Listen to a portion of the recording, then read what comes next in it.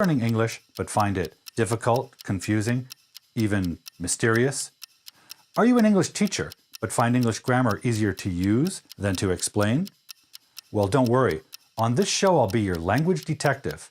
I'll answer your questions about the English language and help you solve these English mysteries. It's Hard-Boiled English Live.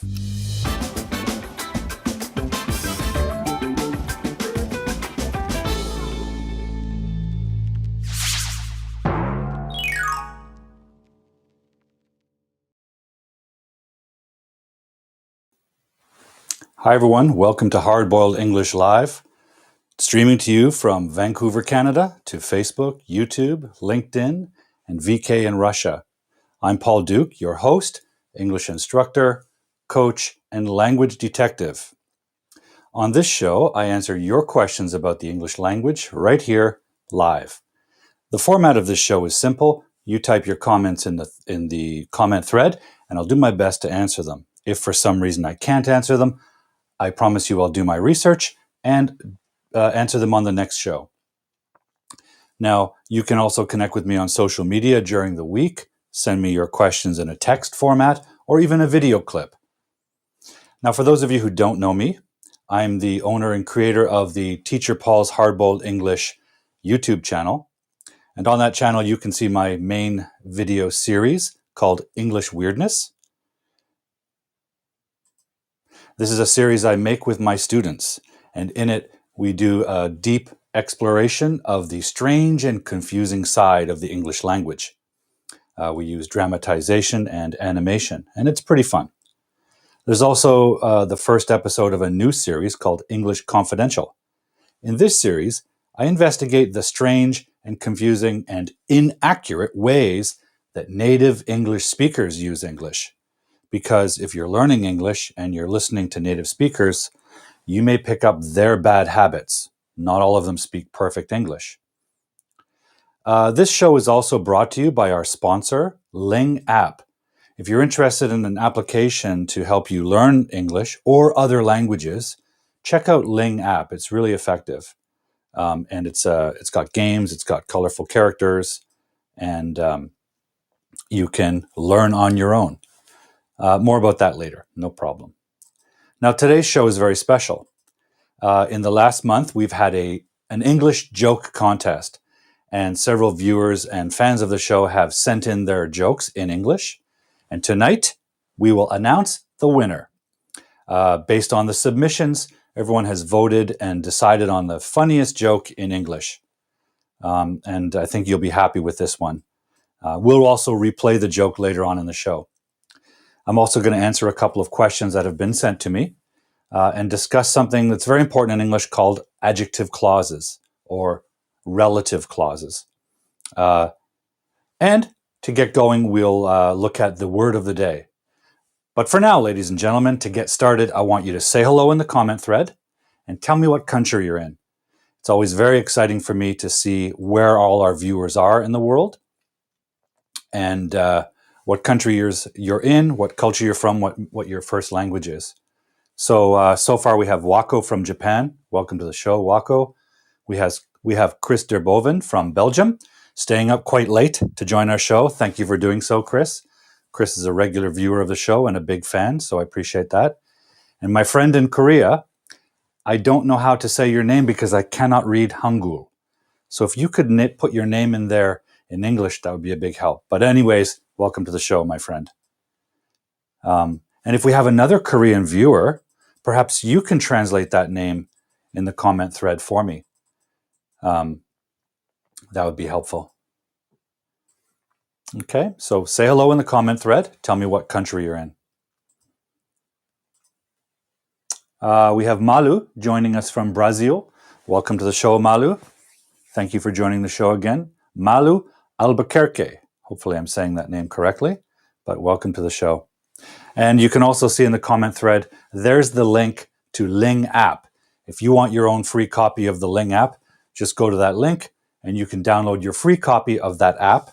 There's also a paid version that has more features, but there's definitely a free version available. So if you're just joining the show now, please say hello in the comment thread and tell me what country you're in. Really like to get a sense of where in the world you all are. Okay. And by the way, guys, if you're watching on a Facebook group, for example, Learning English for High Standards, that Facebook group, you cannot put comments, unfortunately, in a Facebook group. So if you want to put comments and ask questions, I suggest going to YouTube, to the Teacher Paul's Hard-Boiled English YouTube channel, because you can put comments into the YouTube, or go to my Facebook page, Teacher Paul's Hard-Boiled English. For some reason, on a Facebook group, you can't add comments. You can only watch the show passively. Ken Watt is joining us. Hello, Ken. Hello in Singapore. And by the way, Ken, and to all you other teachers out there, Krister Boven included, happy Teacher Appreciation Week. Right? I think this week in various countries around the world are celebrating the work of teachers. There's some of them have International Teachers Day. Some of them have Teacher Appreciation Week. Here in Canada, we call it Teacher Appreciation Week. Regardless, if you're a teacher, I would like to say a special thank you and a special congratulations to all of you who have worked under very challenging conditions this past year in order to continue to serve your students and your communities. You should be very proud of yourselves because unlike previous years, your already challenging job has been doubled. And yet, every teacher I know has persevered and adapted to these new conditions, tried new things. I myself started this live show as an adaptation to the recent challenges posed to us by the COVID-19 pandemic. So congratulations to all of you. Thank you for inspiring me to work hard and be a good teacher. I've been very fortunate to work with some amazing teachers. Ken Watt is one of them. He's a great teacher. I knew him in Canada. Now he's teaching in Singapore. Fantastic teacher. Thanks for what you do, Ken Watt. I'd also like to say hello to Jerry. Welcome to the show, Jerry. What country are you in? We'd like to know what country everyone's in. Hello to somebody in Bangladesh, but your name is written in Bangla, so I can't understand it, I'm afraid. I'd love to know your name, how to pronounce it in English. We have Tun joining us from Myanmar. Hello, Tun. Tun? I'm not sure how to say that. We have Tirath, my friend in Nepal, joining us. Tirath is a regular viewer of the show, and he's in Nepal. This is what I like about knowing where your country is, because we get a sense of all the viewers out there watching our show, participating. And although our audience isn't enormous, right now I think we have 14, 15 people watching, but it's wide. You can see it in the comment thread. You can see where everyone is, and it's wide. So who else do we have in the house today? Ken, thank you. Much obliged, sir. I mean that, I've been fortunate to work with great teachers who have inspired me and taught me. And I've been thinking about that this week during our teacher appreciation moment. Cesar Luis has joined us. Cesar Luis in Venezuela. Hi, Teacher Paul. Can we get his post up? Hi, Teacher Paul. Very happy to see you again. I send you a big hug from Venezuela, and a big hug to you too, Cesar Luis. Thank you for joining the show.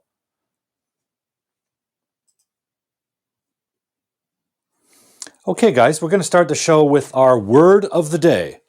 And today's word is appropriate, I think, and useful.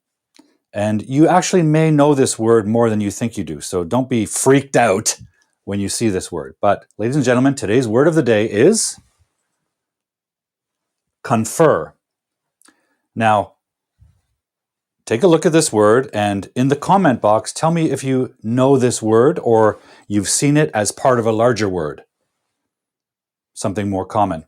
But this is the verb, and the verb form means to confer something upon or on somebody means to give someone an award, a university degree, or a particular honor or right. So I'm going to give you my sample sentence, and I want you guys in the comment thread to type your sentence. I want you to use this word in a sentence, okay? So here's my example.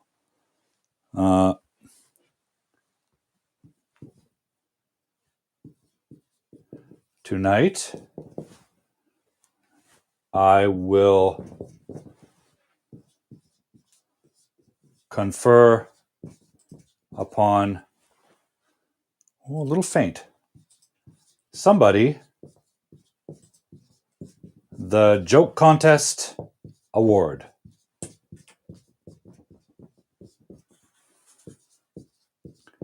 Okay, someone is going to win the joke contest tonight, and I will confer upon them the contest award.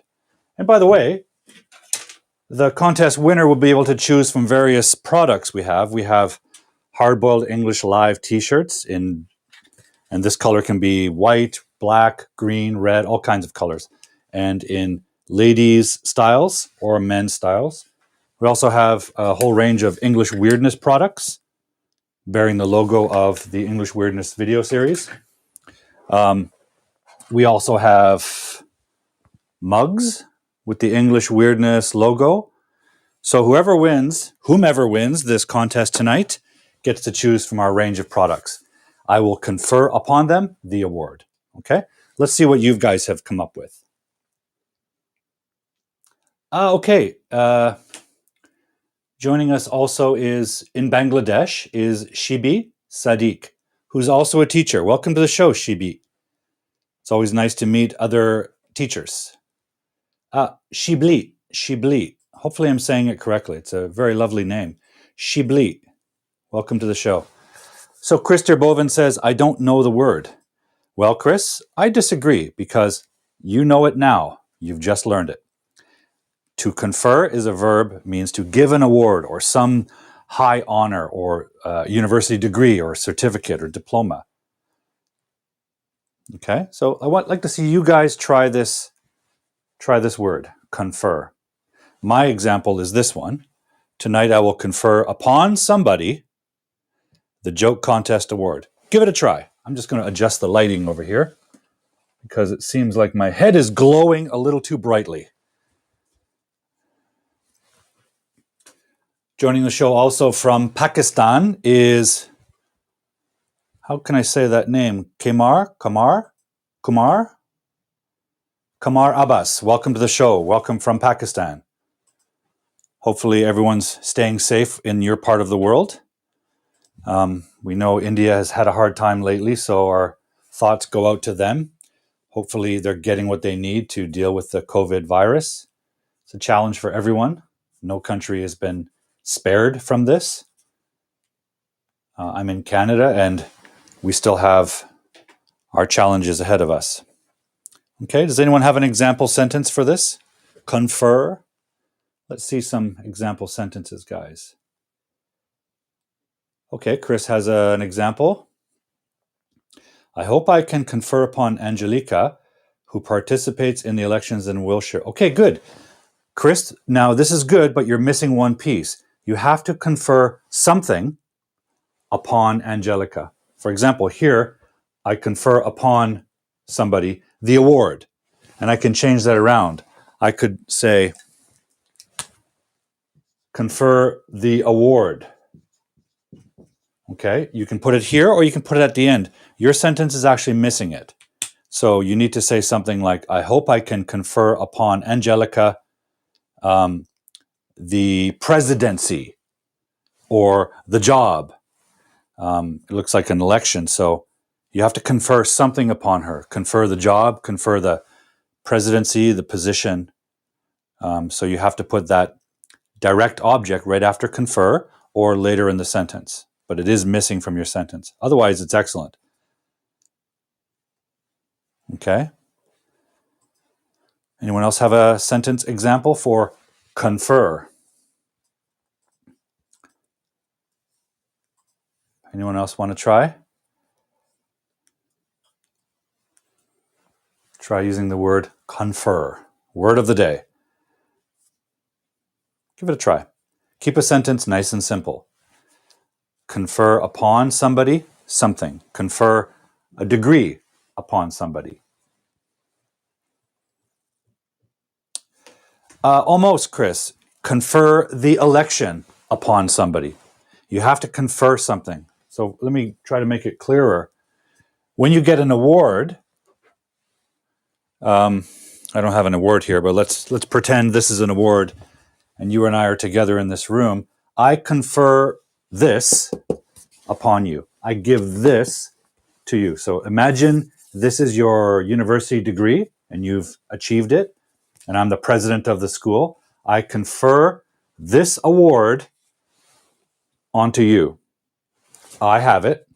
I confer it onto you. Now you have it. So we have to include this in the sentence, this certificate or the diploma or this paper. I confer this paper upon you.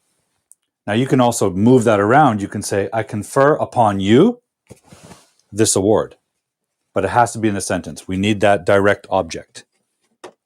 It's often used for awards or... saying hello now to Aya's Notes, who's joined us. We have Luz Martinez from Mexico. Thank you for joining us, Luz. Okay, Luz has a good sentence example here. The university rector confer an award to her best student. Okay, that's the right sequence. Now, I think the word verb, confer, should be past tense. The university rector conferred an award to her best student. Now, instead of using the preposition to her best student, you should use on her best student. This is a very old word.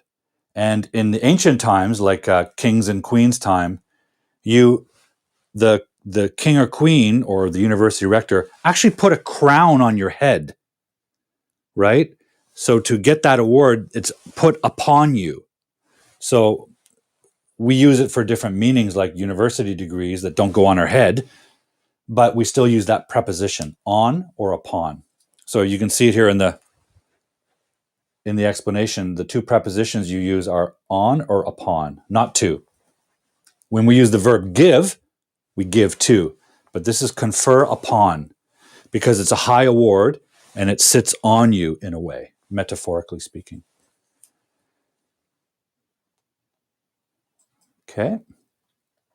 Okay, guys, so this verb... Okay, I is trying one here. We have, although you finished all the courses, your degree won't be conferred till June. Okay, now this is not bad, but Aya's notes, you need two things. Your degree won't be conferred on you until June, okay? Because this verb needs a direct object. We have that, your degree, but it has to be conferred on somebody. It's like an award or a crown that's placed on somebody, and now you carry it. Okay, it's a permanent part of you. It's like a hat. It literally was a hat in the past. Think about the university hat. When you graduate university, you wear a hat, and that's the award that's conferred upon you. So your sentence is good, Aya's notes. You have the direct object, your degree, won't be conferred upon you till June. Upon you or on you. Okay? Now that might seem like a strange word to you guys, but if you think about it, you've seen this word before, I think. This is the verb, but there is a noun that uses this in its larger construction, and that noun is conference. I'm sure we've all heard of a conference where everyone gathers and meets. Well, in the past, a conference was a big meeting where somebody got an award, right? So it's an event where somebody was given an award. You know, in the ancient time, the king would put a sword on someone's shoulder and turn them into a knight. This happened in Europe and particularly in Britain. So they would confer upon the person knighthood at a big conference. Well, times change, but words don't change that quickly. So we don't put swords on each other's shoulders anymore, not usually, although in Britain, some people still get knighthood. But we do have conferences. Now, these are not places that people always get an award, but they are places where people gather and sometimes give out awards. I'm sure you've all heard of conferences. That's the noun. Okay, Cesar Luis has an example. The university plans to confer honorary degrees on 2 distinguished authors. That's excellent grammar, Cesar. That's the right structure. We have confer, the verb.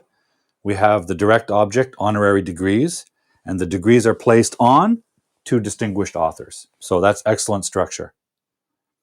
Thank you for that. Okay, guys, we're going to move on now from our word of the day, conference. Confer. By the way, the pronunciation is the stress on the second syllable, confer, not confer, confer, okay? We're going to move on to a question that was sent in to me. Let me just clear my board and get ready for this. This was sent to me earlier in the week as a video. Now, this is a video clip of a teacher, someone you may know from our show, a frequent co-host and guest, Mr. Anish Dea, from the school On the Spot Language in Toronto. And in this short video, he's working with a student online looking at a piece of writing. So let's roll this video clip and see their question.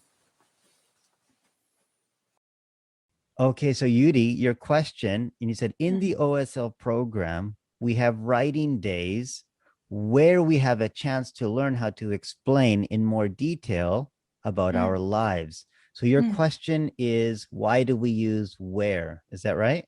Yeah. As opposed to maybe that? Yeah? That. Perfect. All right, Wait, Teacher Paul, this is a question for you. Hopefully you can answer this for us. The question is, this kind of structure we use, you know, I took this program where I learned or we have these writing days where we, what kind of structure is this? How can we use it? And is this correct? All right. Thanks, Teacher Paul. Appreciate it.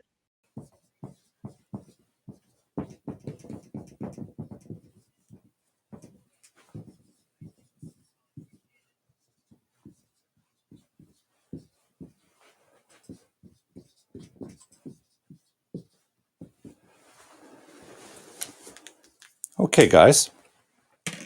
So Anish Dea and his student Yudi have a question, and it's related to this word here. Now, when we break down a sentence like this, we always want to remind ourselves of the various parts of the sentence. You should always be able to identify them. Here we have our subject, the person who's doing the action. Here we have the verb, which is the action. And we have our object, which is days.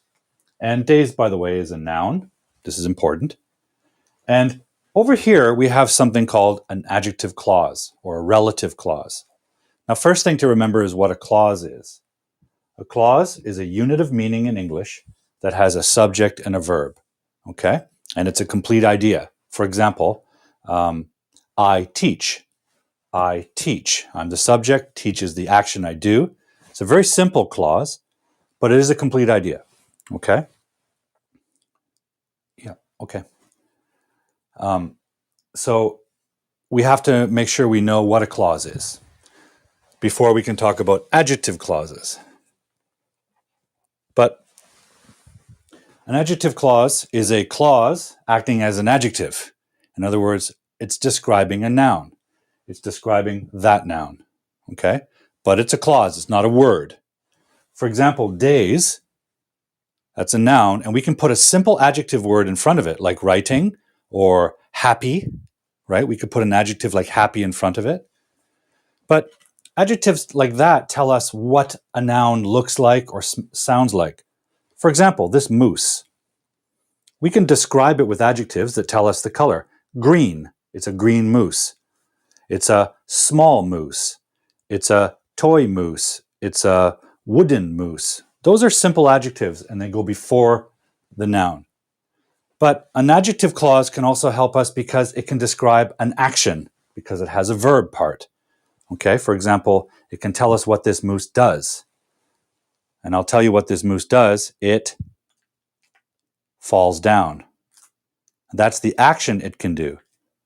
So an adjective clause can describe not only what it looks like, what it's made of, it can describe what it does, what its actions are. That's why these are valuable. And here's how we make them. We have a clause, like a little sentence, right? We have a subject. We have a verb. That's a clause. We learn. Okay? And we have to connect it to the noun we want to modify, right? And we have to connect this thing to tell us what kind of days we're talking about. What kind of days? Days where we learn how to blah, blah, blah. All right? And we connect it with a word we call the relative pronoun. Okay? Relative pronoun connects the clause. So what kind of days are we talking about here? Well, days where we learn how. So Anish's question is, why do we say that? And is it correct? Okay? Let me explain it a little with a different example.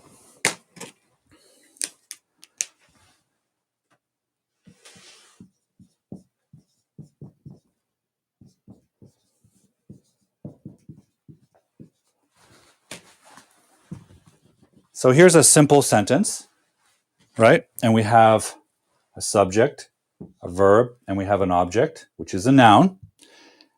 But it's so simple, it doesn't tell us much about the pizza, right? Paul ate the pizza, and you may ask, what kind of pizza did he eat? Well, I can put a simple adjective here and say big, because usually when I eat pizza, I eat too much of it. It's a problem.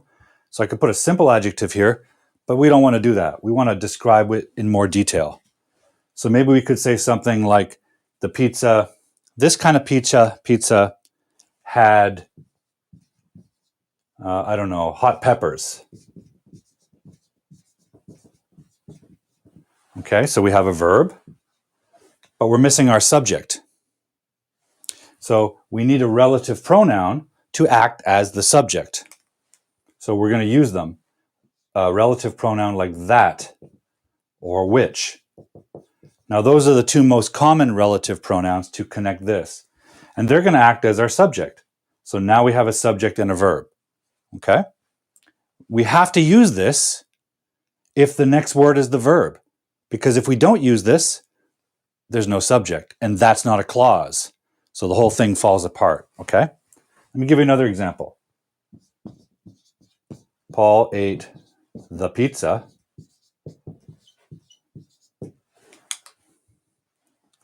And I want to tell you not what was on the pizza. I want to tell you who made it. And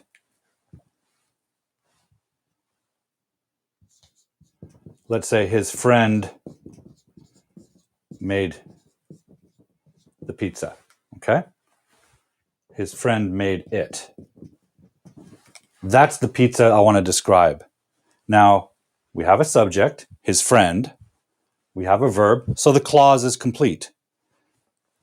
We have to connect it. Okay? Now, we could use that. Oops. I'm screwing up my color scheme, guys. Terribly sorry. We can use that.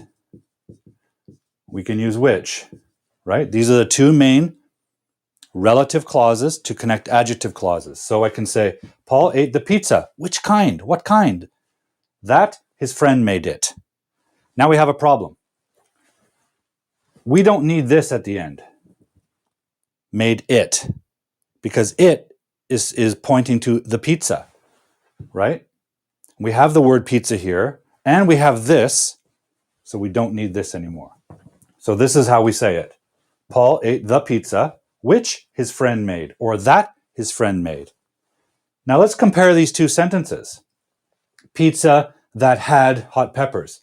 I said we needed this because it has to be the subject for that verb, okay? Because without it, we don't have a subject to connect to the pizza. But look at this. We have a subject, friend, and then we have a verb, so the clause is complete.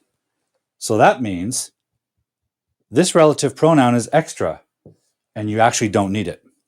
So when your adjective clause has its own subject, you can actually drop that. And when we speak, we usually do. We usually say, Paul ate the pizza his friend made. Paul ate the pizza his friend made, right? It's faster. And we don't need two subjects. Now, we can say it, okay? If you really want to be clear, or if you're writing it, you may say, Paul ate the pizza. What pizza? That his friend made. You may include it. But here's the rule. If you have a subject and a verb, you have a complete clause here. So you don't need the relative pronoun. But here, we just have a verb, had hot peppers. So you cannot let that drop. You can't say, Paul ate the pizza, had peppers, had hot peppers. Paul ate the pizza, had hot peppers. There's no subject. So you need that, okay? This one's optional. Now, pizza is a noun. So this seems pretty clear. But sometimes the thing we're describing, right? Remember, this adjective clause is describing this. It's a clause, subject and verb, right? What kind of moose is this? Paul has a moose that falls down, right? That's the action. The pizza had hot peppers. His friend made. So that's describing this. But what if this is not an object? What if it's a person? Like, Paul has a friend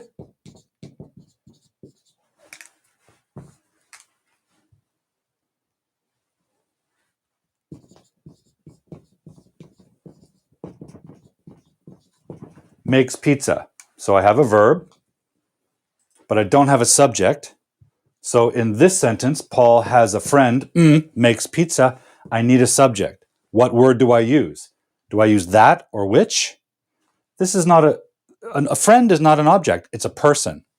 So you have two choices if it's a person. You can say that, or you can say who. Who, right? Because it's a human. Now you can say that. Paul has a friend that makes pizza. In my opinion, you have a choice, but every choice has a little bit of a different meaning. And in my opinion, who is a better choice? Both are grammatically accurate, but who's a better choice? Why? Because it shows more respect to your friend. They're a person, not an object, right? So if you're talking about a person, connect it with who. Now, let's get to Anish's example. In Anish's example, he has the word days. Days. Is days an object that we can hold or eat? Is it a person? No. Days is a kind of time, right? It's a time word. So if you have a time word, what relative pronoun should we use? For example, Paul has days, works hard. Okay, let's use this example. Can you see that? Paul has days, he works hard. So let's put a subject here. He works hard. Paul has days that he works hard. Who he works hard? No, that's not a human. And it's not a thing like pizza. If it's a thing, we use that or which. Days is a time. And the relative pronoun we use for time is when. So the correct way to say this is Paul has days when he works hard. Okay? In this example, we have writing days, certain days on a schedule at the school, writing days that happen on a calendar.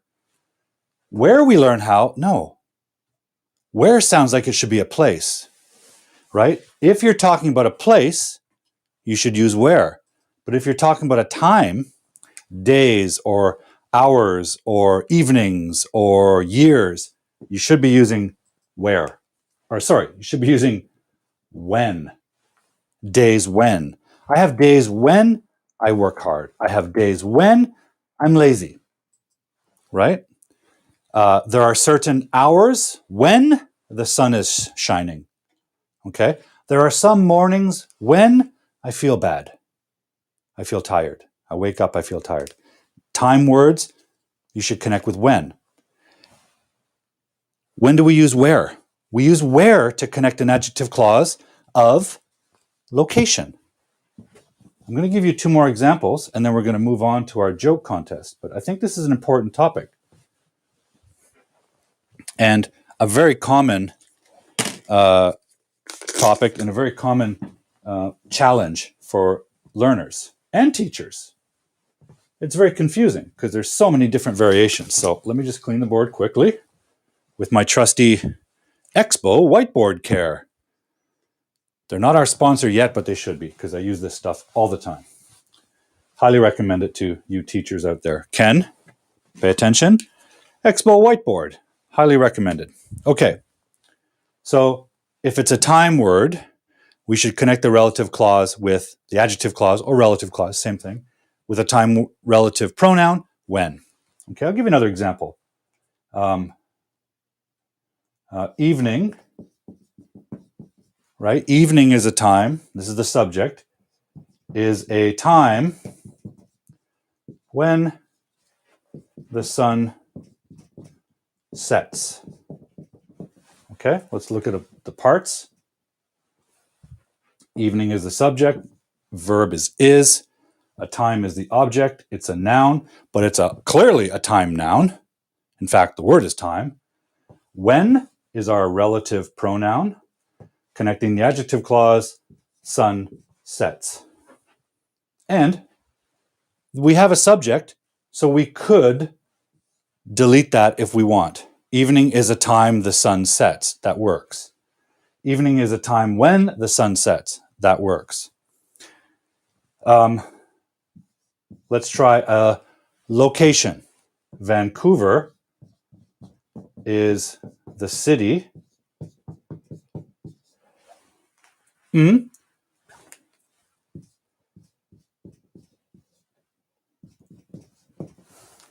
Vancouver, subject, verb is, object is city.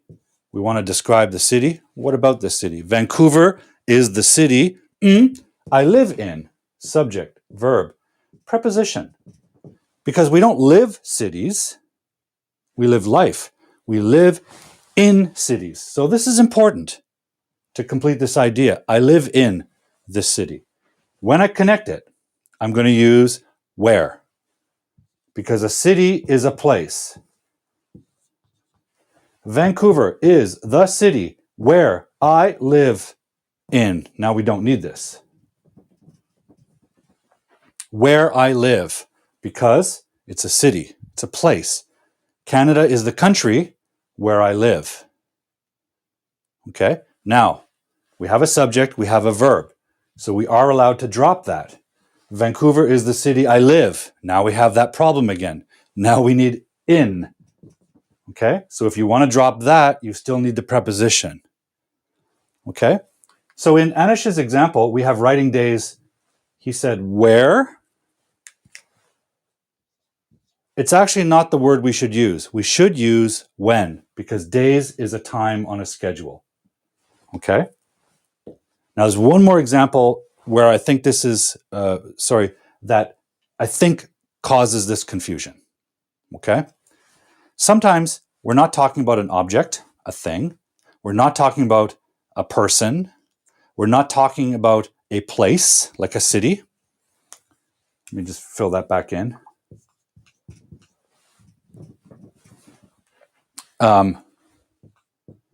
We are talking about a situation. What's a situation? A situation isn't a time, it's not a place, it's not a thing. A situation is kind of a place and a time mixed, right? A situation or a circumstance is a time and a place mixed. Let me show you an example.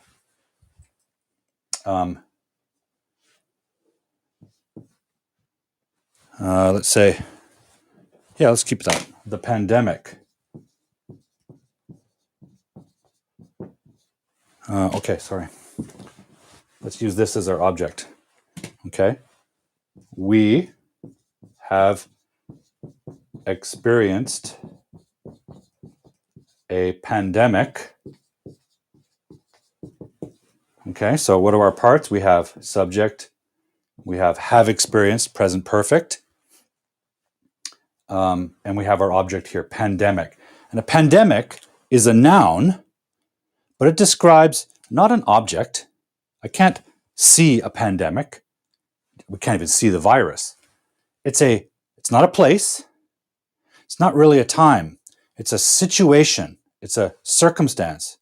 And I think we all understand that this has time in it. The pandemic has been happening for over a year, and it has a place across the whole earth, right? So it's got time and place together. So let's say we have experienced a pandemic. What kind of pandemic? Let's say the verb is affected us all. Okay? We have a verb. So I don't have a subject, so I need a relative pronoun to connect it. We have experienced a pandemic affected us all. Actually, let me just change that.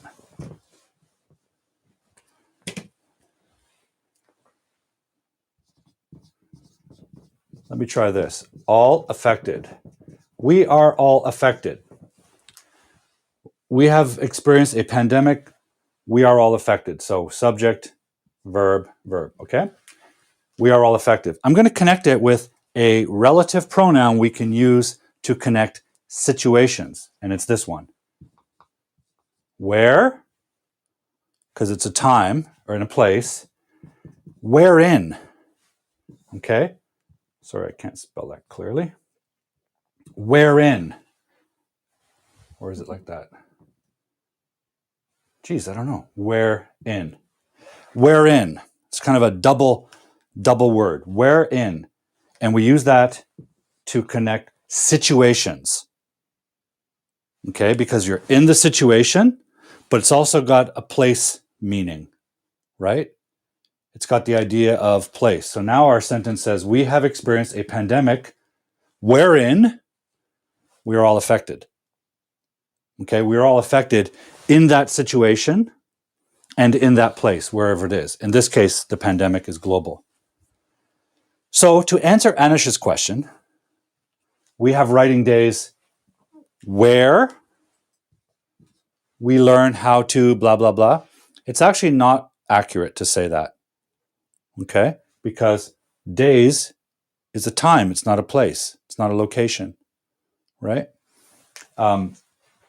Now, writing days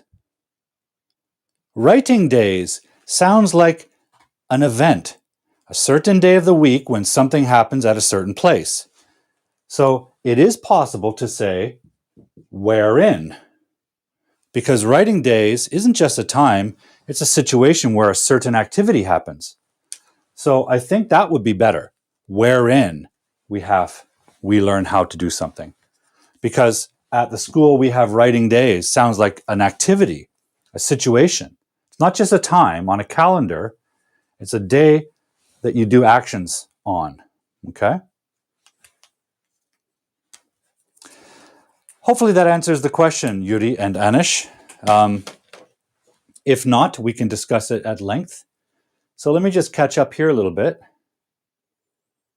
What do we have? We have Wako saying, oh, I see. Thank you. We have Ken Watt. Expo 86. Thought it was a leftover.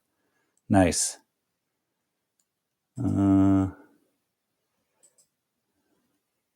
We have Tirath who says it's good to say when. Yeah, it's good to say when to connect times, right? For example, this live show every Friday night happens. It's an event. It's a situation. It's also a noun, but we don't want to connect it with where, because actually this isn't happening any place, really.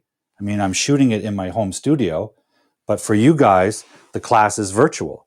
So our class together here on the Hardboiled English Live is actually a situation. It's not a thing, right? It's certainly not a person. It's not really a place.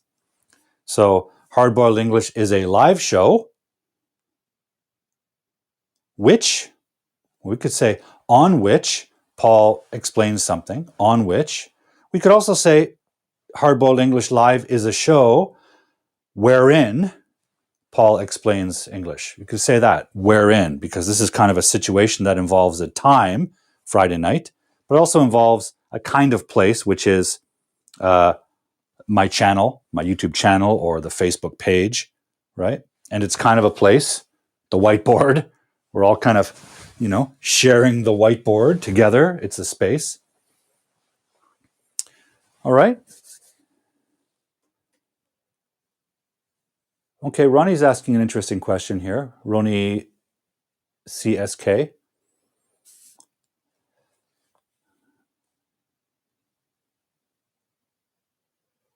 Okay, well, Ronnie's asking a very good question. Let's pop his up there. Let's see if I can clear this up. But we are running out of time, Ronnie, so we may have to move on to the joke contest award. Confer. Ronnie says, teacher, why we should learn transformation like simple, complex, and compound in real life situation?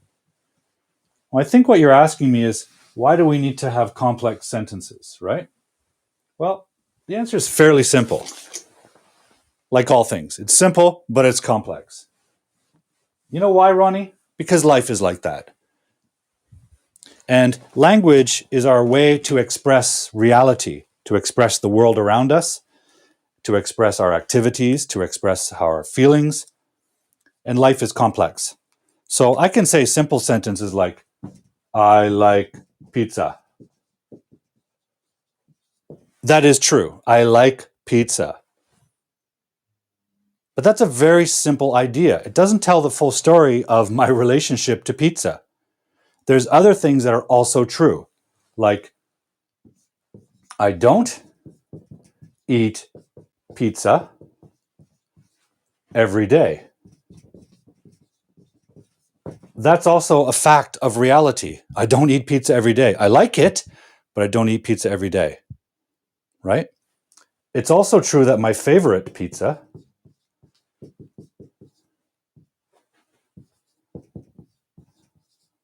is, gosh, I don't know. I don't know, sausage. A nice Italian sausage pizza. Okay, that's also true. So if you ask me what food I like and I say, Ronnie, I like pizza, that doesn't tell you a lot of information. You may be unsatisfied with that answer. You may say, oh, you like pizza? What kind? How many days a week do you eat it? You want more information from me. Life is complex. It's never that simple. And in fact, it gets more complex the older you get, Ronnie. So I don't know how old you are, but be prepared for that. So if this is true, and this is true, and this is true, maybe we want a way to communicate all of it at one time. For example, I like pizza, comma, but I don't eat pizza every day. Now, we don't want to repeat that word, so let's use it. And I want to continue the idea, so I add something, but with the word and. My favorite pizza is sausage. Now we have one sentence that communicates three ideas together. And you learn a little bit more about me. Hi, Ronnie. I like pizza, but I don't eat it every day. And my favorite is sausage. Now you know more about me. I've communicated more truth about reality to you.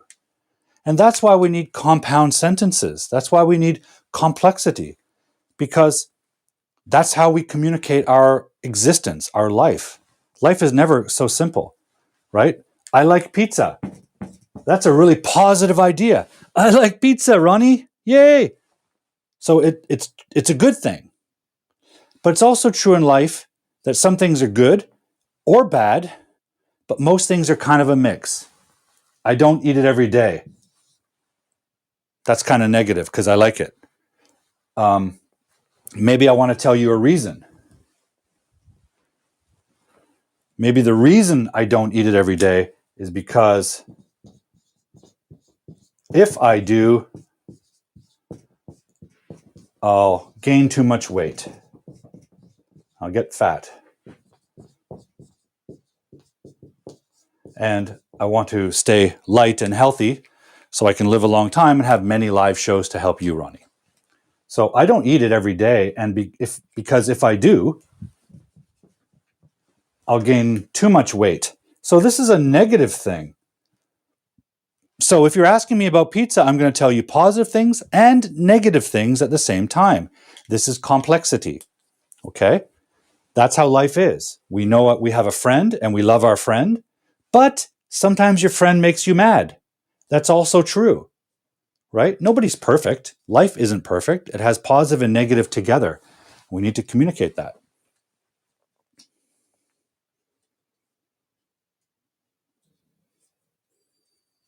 Okay, Malu's asking a question about the pandemic sentence. Is it also possible to say we have experienced a pandemic from which we are all affected? Well, the way to answer this is to look at the relative clause, we are all affected, and think about how you would add that word to the end of it, like this. We are all affected the pandemic. If you wrote the sentence like that, we are all affected the pandemic, and you put the preposition from the pandemic, now you can see which one works or not. Here we have a passive verb, are affected. We are affected. And when you have a passive, usually the preposition is by. We are affected by the pandemic, not from. So that's how we would make that sentence. We are all affected by the pandemic. And if we want to turn into an adjective clause, we need to keep this. So we have to say, this year, what was the sentence again? This year, I don't know, was pandemic.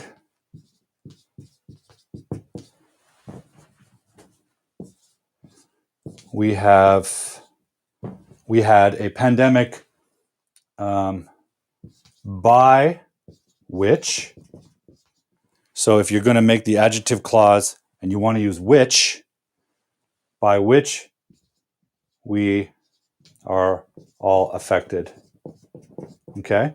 Because we are affected by a pandemic. That's the connection with the preposition. We are affected by the pandemic.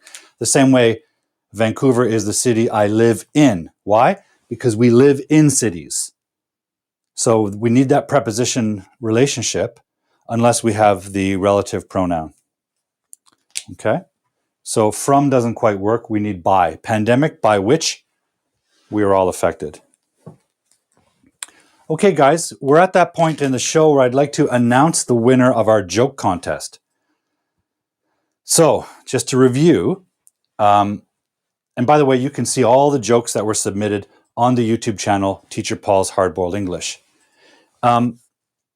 Over the last month, we've been inviting all of you guys to submit English jokes, either jokes you've heard in English or jokes you translated from your language into English.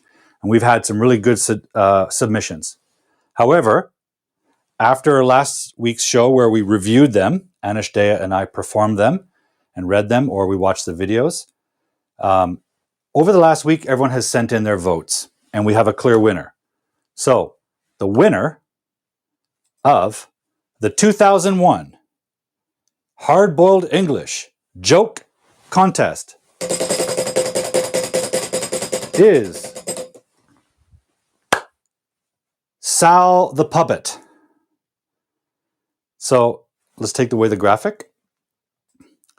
So the winning entry was by Sal the Puppet, courtesy of Mr. James Marshall, a wonderful teacher in Thailand who uses puppetry to teach English to young learners. And he submitted a joke through his puppet, and this puppet's name is Sal. So let's review Sal's joke.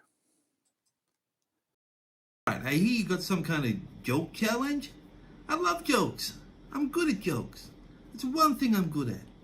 I cooked a Hawaiian pizza today and it was kind of burned. I guess I should have used a lower temperature. See what I did there? Hello. Okay. All right. He says, I made a Hawaiian pizza, but I burned it. I should have used an aloha temperature. If you don't know, guys, aloha is a Hawaiian word. Aloha means hello and goodbye in Hawaiian language, I think. And it sounds like aloha temperature because he burned his pizza. So that's the winning entry, guys. So congratulations to James Marshall and Sal the Puppet. James, I'll be in touch with you soon, and you can choose your prize. You can have t-shirt, coffee mug, hooded, whatever you would like to choose from our merchandise website. I'll connect with you, and you can choose the prize, and I'll get it sent to you right away. So once again, the winning entry for Hardboiled English Live's 2021 English Joke Contest was Sal the Puppet, courtesy of Mr. James Marshall. We're almost out of time, guys, but I'd just like to say thank you to everyone. So let's have a quick review in the chat thread, please. So thank you to Wako from Japan. Thank you to Chris Derbovin from Belgium, very late at night. Thank you to my mysterious friend from South Korea. Thank you to Malu from Brazil. Malu somewhere. Thank you to my colleague and wonderful teacher Ken Watt from Singapore. Thank you to Jerry from... Where's Jerry from? I'm not sure. Jerry didn't tell us. Jerry, where are you from? Jerry. Shibli from Bangladesh. Tun from Myanmar. Hopefully everything's okay with you there. Please stay safe. We're all in your corner. We're all supporting of your freedom movement there. Tirath from Nepal. Thanks for watching. Cesar Luis from Venezuela. Thank you for watching. Kumar from Pakistan. Thank you for watching. Aya's Notes from Vancouver. Thank you for watching. Luz from Mexico. Thank you for watching. Roni from Bangladesh. Thank you for watching. Anyone I missed? I think that's everyone. So once again, guys, if you have English questions that you want me to explain on the show, please get in touch with me on Facebook or on the YouTube channel. You can leave comments there. Send me your questions. You can email them to me as well. This is my email address. Email me your questions. Email me a video of you asking a question, even better. Just like with the joke contest where you guys sent video clips of you telling a joke, send me a video clip of you guys asking me a question about English. And I'll prepare it and I'll get it on the show in the next week. If you haven't subscribed to the YouTube channel, Teacher Paul's Hardboiled English, please subscribe to the channel. You can get all the updated videos that are coming. Please watch English Weirdness. We have a new episode coming soon. And we have another episode of English Confidential on the way. Don't forget our sponsor, Ling App. Thank you very much for supporting our show. Who else should we thank? I think that's everyone. Thank you to Anish Dea and his student Yudi for sending us a video clip today with a question. That's always wonderful. That's all the time we have, guys. So I'd like to say thank you to you all for joining the show. Thank you for asking such wonderful questions. Thank you to all the teachers out there. Teacher Appreciation Week. And don't forget, you guys, to thank your teachers, because this year has been extra challenging for them. I know it's been challenging for students. Oh my God, online lessons, Zoom, I know. But it's also been hard for your teachers because they prefer to be with you in the classroom. Your teachers have worked very hard this year to make sure you keep learning. So thank your teachers when you have a chance. And to those teachers that have inspired me, thank you guys for being great role models and inspirations. See you next week, guys. Friday night, 7 p.m. PST, Vancouver time on the west coast of Canada. Until that time, guys, keep learning English, keep questioning things, keep asking questions, stay safe,